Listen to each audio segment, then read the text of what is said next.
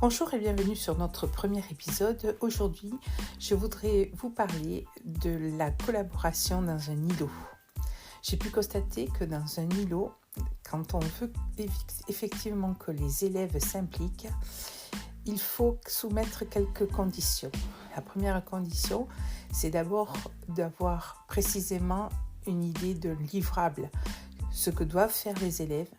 Ça, c'est très important, qu'ils soient au courant avant de rentrer dans l'activité, qu'ils ont quelque chose qui va être vu et partagé avec toute la classe.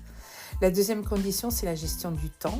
Il faut systématiquement les impliquer dans cette gestion du temps, leur expliquer ce qu'il y a à faire et leur demander une estimation de ce temps.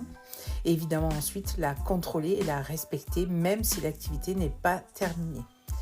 Et la troisième condition, c'est quelque chose que j'ai constaté récemment, c'est cette idée de pouvoir mettre en place une scénarisation, voire sous forme de jeu de rôle, parce que j'ai constaté que quand cette parole elle est détachée et elle est contextualisée, les élèves en fait se prêtent beaucoup plus facilement au jeu. C'est renforcé encore plus si on enregistre ces échanges. Et du coup, là, la distribution de la parole se fait presque de manière naturelle.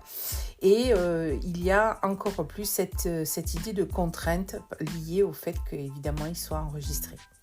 Voilà, ces questions de collaboration. Il y a aussi quelque chose qui est important à savoir, c'est que je conseille toujours que dans ces îlots soient constitués de manière aléatoire, qu'on en change fréquemment la composition afin d'éviter que les élèves se cantonnent dans un rôle de leader ou d'exécutant ou systématiquement d'élèves passifs ne prenant pas part aux échanges.